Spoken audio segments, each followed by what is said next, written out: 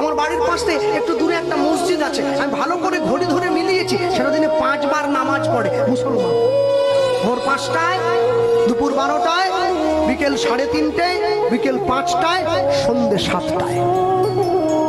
একদিন, দুদিন, 3 দিন, 1 সপ্তাহ মিলিয়েছি, নামাজের সময়টা 1 মিনিট এদিক ওদিক হয়নি। আপনাদের এই পুরো সবঙ্গে যদি বন্যা হয়ে যায়, তবু নামাজের সময়টা পরিবর্তন হবে না। ওটা ভোর 5টার নামাজটা 5টাতেই হবে। 1 মাস ওরা রোজা পালন করে, সকালবেলা সূর্য ওঠার আগে মুখটা ধুয়ে নেয়, একটুখানি খেয়ে নেয়, সারাদিন উপবাস না খেয়ে থাকে, সন্ধেবেলা একটু জল আর খেজুর খেয়ে উপবাসটা ভঙ্গ করে। পরে কি খাবে সেটা বড় কথা নয়, 1 মাস তো পালন তো করে।